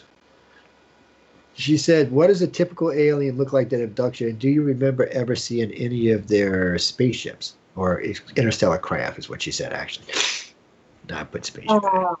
I've seen many different kinds of ETs, many different kinds. Oftentimes it's what I would call a Zeta or a gray type. However, the images, the common images of the flat face and the big bulbous head is not what I'm seeing. It's more pointed and forward twisting of the jaw area. So, but the eyes are the same, the very big eyes. Those are the normal ones that I see.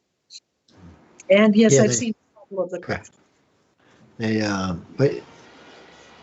was that, Reese? Oh, what kind of craft? Wait, I guess you didn't hear what you say that again, because I was talking when you said that. So.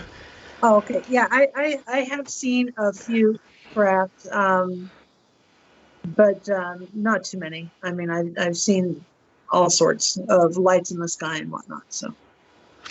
Yeah. Jack, no, it's you can read the article yourself. It's post-abduction syndrome. I'll post it. It's on aliensandchildren.org, but I'll post it up later on so y'all can find it. Well, no, it's just when you read it, a characteristic of symptoms, stuff like that, re-experiencing traumatic, persistent stimuli associated with trauma, denial of the event, which is common, blacking out from events like being alcoholic, that's common as well. different phobias. There's a lot of stuff. It's just when you read this list now, don't get me wrong. I mean, in this list, it could be other things. So I always tell everybody the same thing. Be sure, that this is what's actually happening to you, because sometimes there's overlapping syndromes or effects of overlapping syndromes, what I should say. So just be careful. Well, no, you're going to have okay, let me put it this way. So a lot of times you'll have emotional reactions. So you might be sitting there. Just a perfect example. A woman calls me just about 10 years ago. She said, I was going to my gynecologist, blah, blah, blah, blah, stuff. I didn't want to hear it because I'm a guy. But anyway, she's telling me all about it. She said he breaks out the stirrups, he slides them open. And for some reason, she said, when I seen the metal stirrups with the straps slide open, I flipped out. I started screaming, crying, kicking. I even bit the doctor. She said, I just freaked out. And the doctor was like, what the hell's wrong with you? The doctor said, you need to see a psychologist. She said, I went and seen a psychologist. She said, you had some kind of something happen to you. She said, what was it? She said, nothing's ever happened to me. She said, other than being at the doctor's, I've never even been in these before. She said, obviously, that's not true. She said, you've got an issue with this. She said, you physically hurt this man. She said, this is a doctor you've been knowing for 15 years. She said, what the hell happened? She said, well, and then they started talking about hypnosis. Long story short, she hypnotized her one time. She got to beat the crap out of the doctor in the middle of the thing, thinking she was an alien. I mean, I'm not kidding you guys. She literally got up and beat the crap. This was a big girl. She's about 6 foot tall, probably 180 pounds, in pretty good shape. She beat the living shit out this little doctor who was about 5'5", maybe 100 pounds soaking wet, and she ended up in jail over it. And then another psychologist came and seen her and realized she's got some kind of phobia, so they let her out of jail and put her under. They put her ankle bracelet on and made her the psychologist. She had to see a psychologist every day. And she said, I went through 5 of them before finally she said, okay, be honest with me. What the hell's going on in your life? She said, you've been through all these doctors. No one's even touched on it. And she said, well, I think, I'm not sure, but I think something's taken me. She says, like a demon or a devil. She said, no, I think it's extraterrestrial. Well, she hypnotized her, and they worked through it, and now she's an everyday part of society again. But I'm telling y'all, people, this is way more intense than y'all think it is. Anything can set up a reaction, a smell, a taste, a sound, a look, another person. And if you're not prepared for this when it happens, it's going to flip you out. It's going to, Alyssa said, had that ever happened to you in public, Erin? I mean, has she ever flipped out in public? Okay. Yeah. Yeah, it's flipped out in public. Absolutely. Yeah. It's not fun when that happens. And I've seen other people flip out. I can, yeah.